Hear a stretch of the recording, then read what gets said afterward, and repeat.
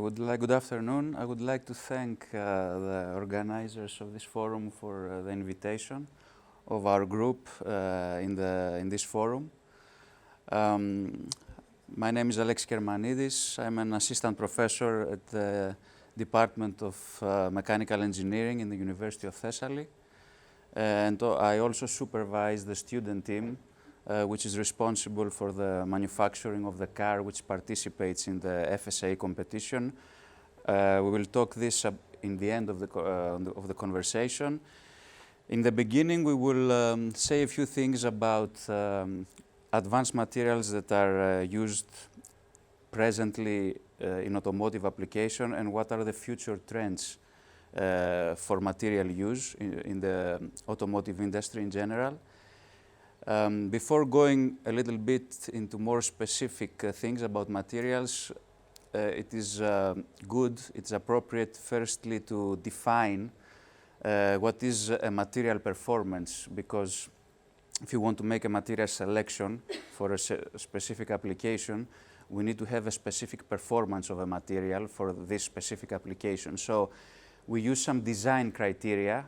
The design criteria are the material properties, are its formability, how much it can elongate before it fails, before it fractures, what is the material cost, and what are environmental aspects involved, if the material is user-friendly, if it is recyclable, and so on. In the properties, very important for structural applications are the mechanical properties. So basically, the material strength, what is the behavior when external loads are applied, how many loads or how high loads can the material sustain before failure. And what are other properties, such elastic properties like the Young's modulus, or how much it can elongate before fracture occurs. Also, physical properties are very important, like density, because we want to use lightweight materials in order to make structures that are light, so they can consume less, and so they can have fewer emissions to the environment. Very important are the energies of manufacturing and specific forming, because we use materials in a specific form in order to manufacture the body of the car, for instance. So in order to manufacture in complex shapes specific materials, we need some energy to put into it. The less the energy is, the cost is reduced, and this is beneficial to the whole procedure. So the price here plays an important role.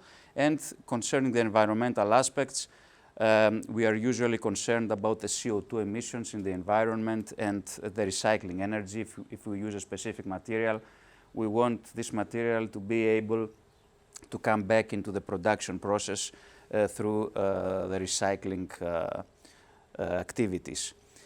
So in general, when we talk about advanced materials or high-performance materials, they are characterized by high specific mechanical properties. So what we want is to have high strength related to relative to the weight ratio. So we want high strength and low density in order to satisfy structural requirements and also have lightweight construction.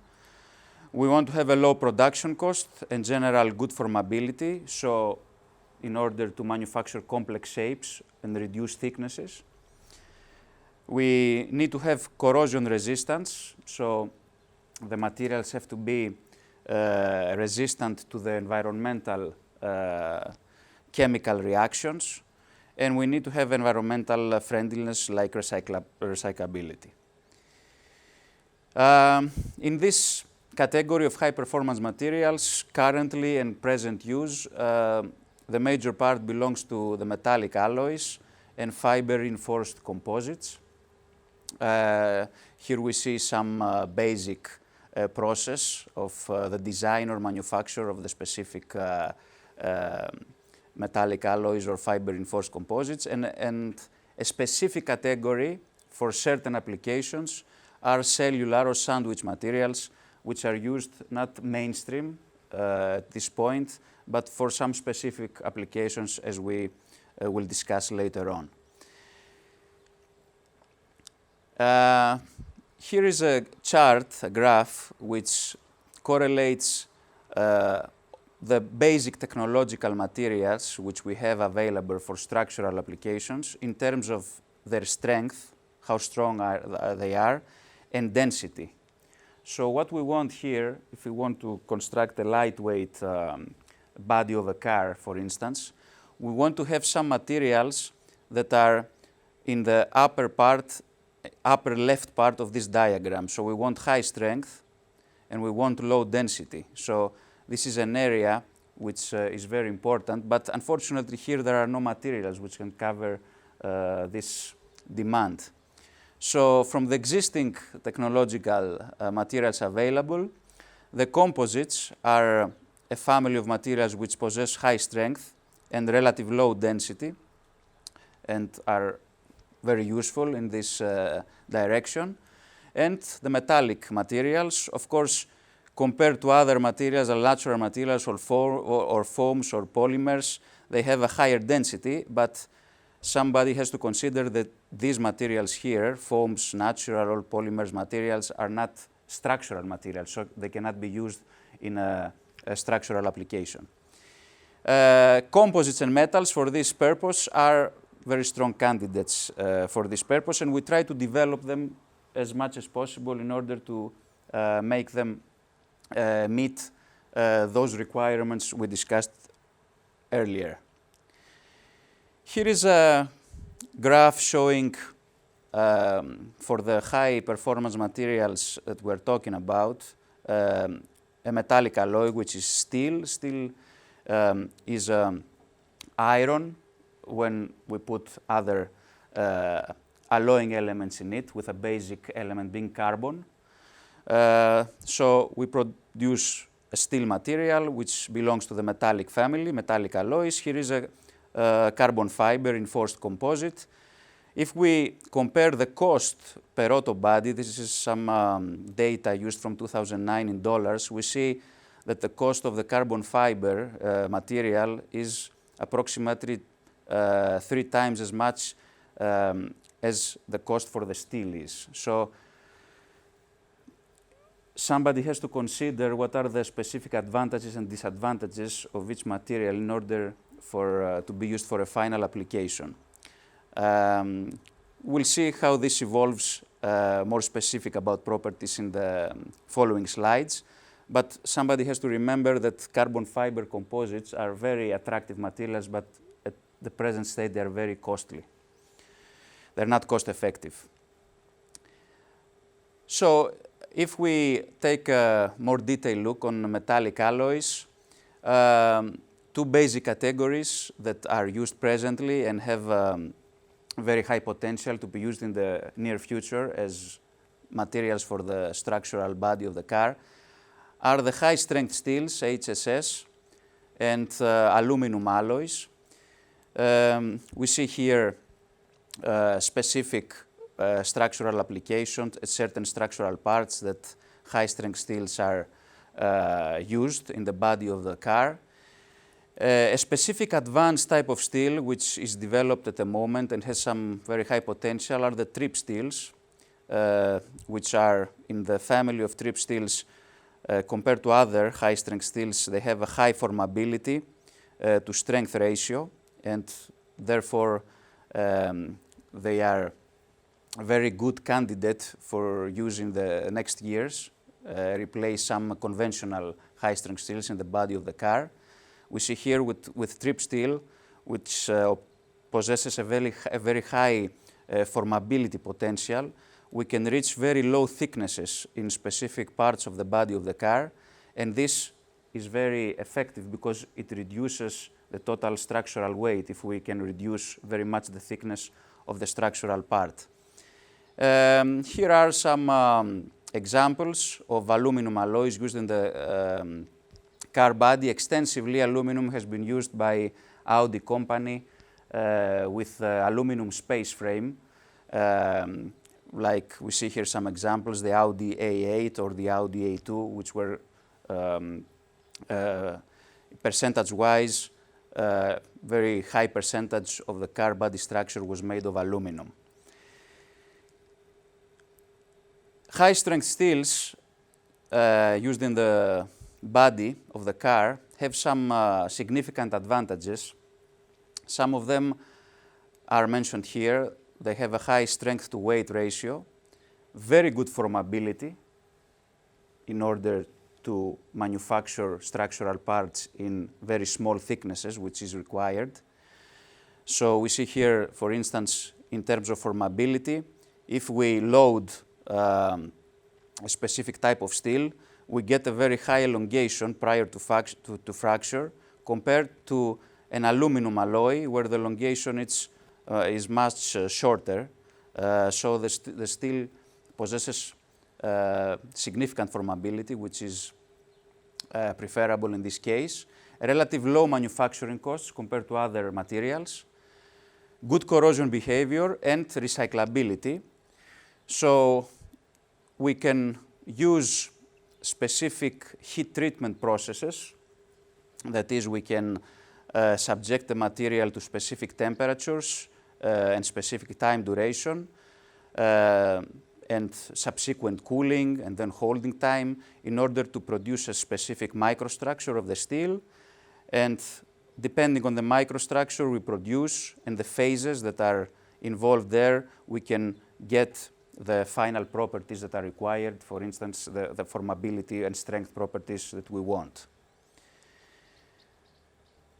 The aluminum alloys have also advantages.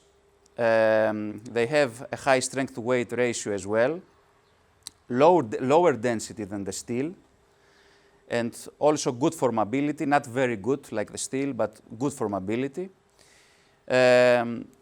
We see here in this chart, these are the relative weight of metals.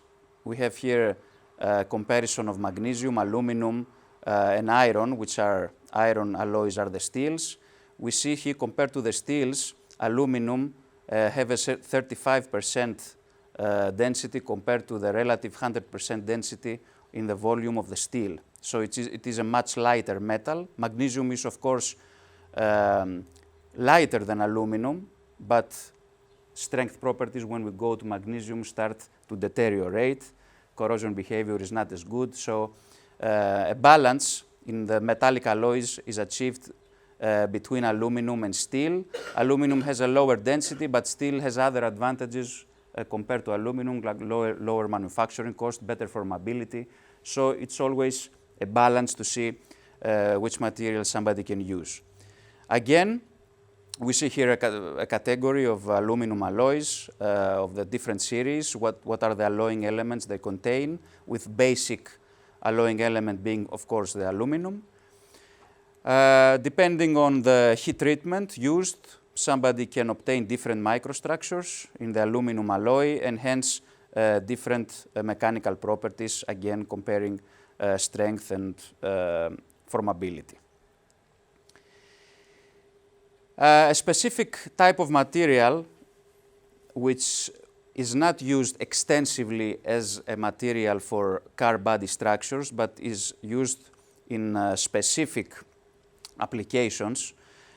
For instance, it is used in the front part of the cars, not in mass production yet, but basically on racing cars at the moment, and this technology is examined if there is a potential to transfer it to massive car production. What are cellular honeycomb materials? There are specially designed materials. The basic matrix is a metallic material, for instance, like aluminum.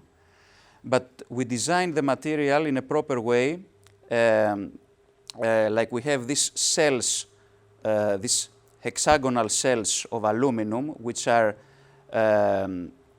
glued together in a specific type of way in order to form a cellular structure.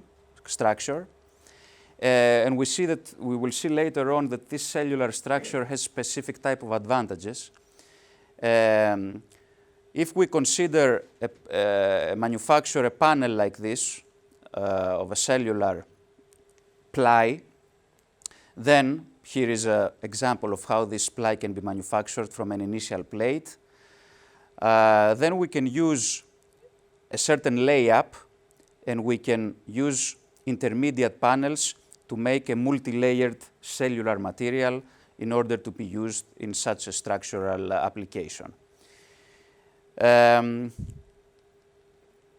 Here we see, if we take, for instance, this cellular structure and we provide a compressive load, we subject it to a compressive load or an impact load in this direction, we see that certain layers of cells start to fail in this level, and this failure continues progressively until we have a final failure at this point. So we start with an initial failure of some cells, a subsequent failure of a different level of cells, third level, fourth level, and so on, and progressively this failure contributes to the final failure of the structure.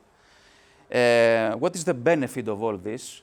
Having this progressive and successive failure, we get some increased energy absorption during each specific failure. We have some amount of energy absorption, and in the final structure, at this point, prior to failure, has absorbed significant amount of energy.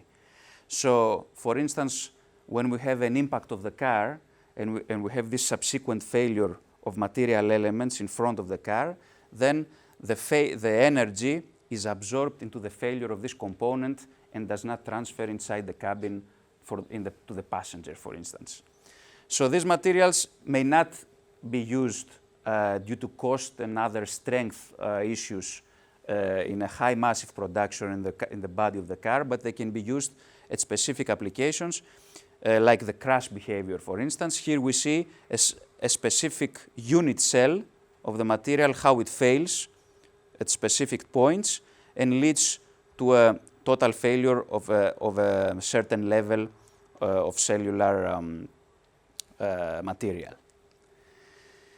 Of course, somebody can change this design depending on the angle that somebody uses or specific other parameters in order to obtain or to tailor specific properties using this cellular material. Now we can go to another type of high-performance material, which are the fiber-reinforced composites. The fiber-reinforced composites, if we talk about cars, they are mostly carbon fiber. So what is a carbon fiber? It is a reinforced material, which is the carbon fiber, which is embedded inside an epoxy resin, which is a polymer. So what we get using a polymer together with carbon material, we get very low density material, which is very good for a lightweight application. A few words about the carbon fiber, which is the reinforcing material in the epoxy matrix, in the polymer. We see here, for instance, that there is an alignment. We use carbon atoms, which are connected through covalent bonds. This is the typical microstructure at atomic level of carbon. By performing a specific procedure, one can align these bonds, these chemical covalent bonds, in a certain direction, like we see here, in order to give a directionality to the properties of the fiber. So, in the axis of the fiber, this is the carbon fiber, we can get very high stiffness and very high strength because we have aligned the covalent bonds in this direction. Now, if we produce a large amount of this fiber, we can embed them in a specific matrix, like we see here. We see here with the dotted lines the direction of the fibers. The matrix consists, so the fibers are aligned inside this matrix. The matrix is a polymer like an epoxy resin. Using a specific curing procedure, we can produce ply, and then by adding such plies together with fibers in different orientations, we can obtain a laminated panel that we have the direction of fibers in different axes, and we can have properties balanced at different directions. So the carbon fiber composites are an optimal material for tailoring properties based on demand. If we want specific strength in a certain direction, we can align the fibers in this direction and get the most out of this material. But there is a but, the production costs are high at the moment. We cannot use it massively. Currently they are used in high performance cars and specific certain applications in conventional parts, but very limited at the moment. Here is an example of fabrication. We take the fibers by specific rovings and we guide them through the resin, and then by heated die we pull them out and we get the laminate that we're talking about in a specific form. Here are the properties, the strength of a carbon fiber composite relative to the orientation of the fibers. So if we get a unidirectional, we align the fibers in this direction, we get the maximum strength. If we align the fibers in the other direction, we get the minimum strength. So one can do whatever he wants. He can align them based on the specific application that he wants to use them to obtain the optimal properties. And here are some examples of application. Here is a monocoque driver seat that is used in a high-performance car like a McLaren MP12 at the moment. And here is a more, not conventional, but electric application, a composite body frame used in the BMW i3, which is an electrical car. So some conclusions. Do we have some time? Okay, some conclusions based on the first part of the presentation. That we can say that the future trends of material use in automotive applications are oriented towards design of lightweight structures. We want lightweight structures in order to reduce consumption and associated CO2 emissions. We also want materials used in structures that are environmental friendly, so they can be recycled. For this purpose, metallic materials and fiber-reinforced composites are for different reasons. Each type of those materials promising solutions towards this direction. Aluminum alloys offer high strength-to-weight ratio, but are less cost-efficient and formable compared to high-strength steels. High-strength steels offer good height-to-strength ratio, have lower cost production and higher formability, so they can lead to reduced thicknesses of structural parts. Carbon fiber reinforced composites offer the best strength-to-weight ratio, so they are the most low-density materials, but they still have relative high production costs, so they cannot be used in massive market production yet. And honeycomb cellular materials can be used in combination with other materials, but at the moment for specific type of applications, not for mass production. In the final part of the presentation, this part was going to be presented by Fidias Tamu, an undergraduate student in our laboratory, which he is the leader of the student team which is involved in the FSAE competition. The FSAE competition is a competition by the Society of Automotive Engineers, which makes an open call for different student teams of different universities, basically polytechnic schools, but it's not limited also on polytechnic schools, to design and manufacture a small racing car. And this racing car competes with other cars from different universities and polytechnic schools, and it is evaluated based on specific criteria. So what is its performance, what is its weight, and so on, specific dynamic tests in the field, and also specific design criteria which certain evaluators evaluate. Our team was built in 2009 from some undergraduate students, not graduate, at the Department of Mechanical Engineering. The Laboratory of Mechanics and Strength of Materials is hosting this student team project. So the Centaurus racing team, which is our team, has already participated in 5 FSAE competitions and has already built 3 cars. So the competition does not allow, if you have once competed with a specific car, you cannot go next year or the year after that with the same car to compete in the same competition. You have to have some progressive changes in the car that you built, so in order to present a new type of car in the next competition. 3 types of car, 3 cars were already manufactured by our team, and this year the team will compete with a 4th car in the competitions of Germany and Hungary. We want to confine this presentation about the use of materials in the specific FSAE student car. So the basic materials used here are like the ones we described before, the metallic alloys, carbon fiber reinforced plastics, and honeycomb aluminum material. These materials are used in this is an example of a typical FSAE car, a small scale racing car. These materials are used in order to have some weight reduction, some increased stiffness. Stiffness means that if we apply some external loads, we have to get the minimum deformation possible in the body of the car. We do not want to have high deformations in the car. And manufacturing of complex geometries.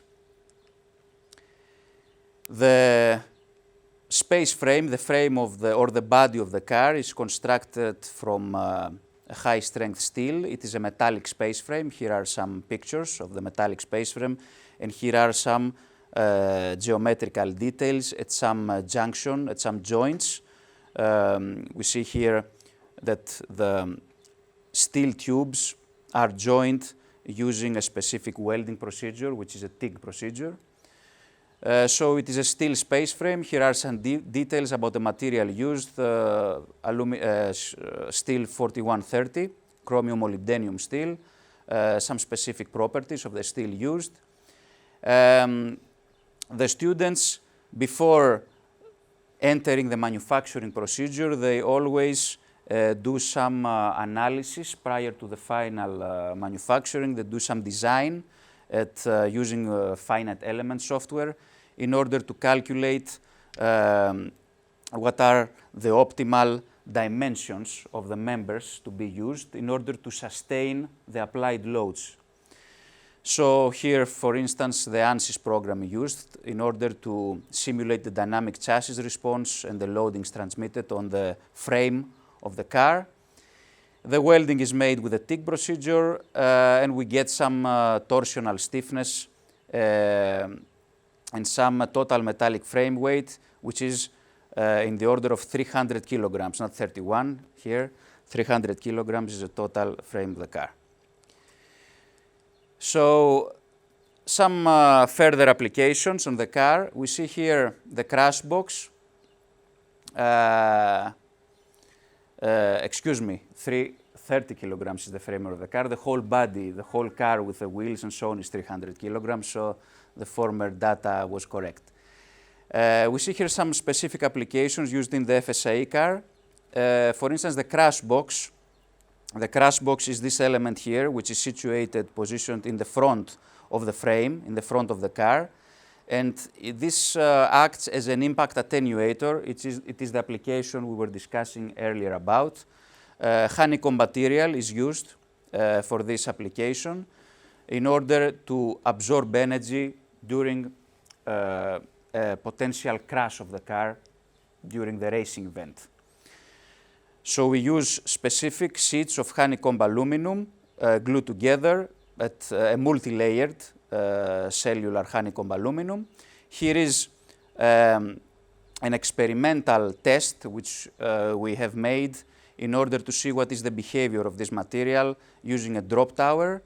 And so we apply an impact on this structural component, on this specimen, and we see how it deforms under a certain load.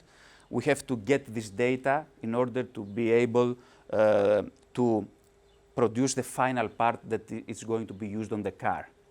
And also, it is a requirement by the organizers of the competition to send them data that you have tested the material prior to using it in the real application. Here are some examples of applications of carbon fiber reinforced plastic in the FSAE car. We see here some design elements that are under development at the moment. They refer to the aerodynamic floor of the car, of the front part, the nose cone, and some aerodynamic diffusion parts that are used and help the aerodynamic behavior in order to have some better performance on the car. The tensile strength, some properties, is very high, and the modulus of stiffness of the specific material. Fabrication used polymerization of epoxy resin with carbon fiber in air vacuum. Here are some real pictures of some parts of CFRP that are used presently and have been used in the previous cars, mainly cosmetic in character. They are used to cover the body of the car. Here is the driver's seat, for instance.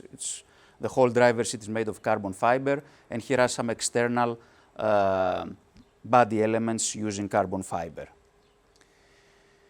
Future material applications that the students want to implement, want to use in order to make the car more competitive are a combination of honeycomb and CFRP in order to produce a monocoque chassis. So instead of using the steel frame that we described earlier, we want to develop, other teams in Europe already have reached this point, in order to develop a monocoque construction.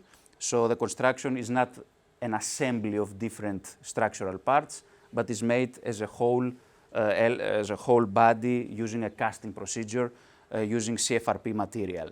This is, of course, adds very much to the lightweight of the structure. Also to use titanium and magnesium in certain mechanical parts for weight reduction. Extend the use of high-strength aluminum instead of instead of steel in the car. And also use some plastic parts which have very low density and contribute to the lightweight of the structure. For instance, ABS plastic using 3D printing. A specific application in this direction, for example, is the air intake of the drivetrain of the engine. With this final future trend in the FSAE car, I want to thank you for listening about these advanced materials used in automotive. Thank you.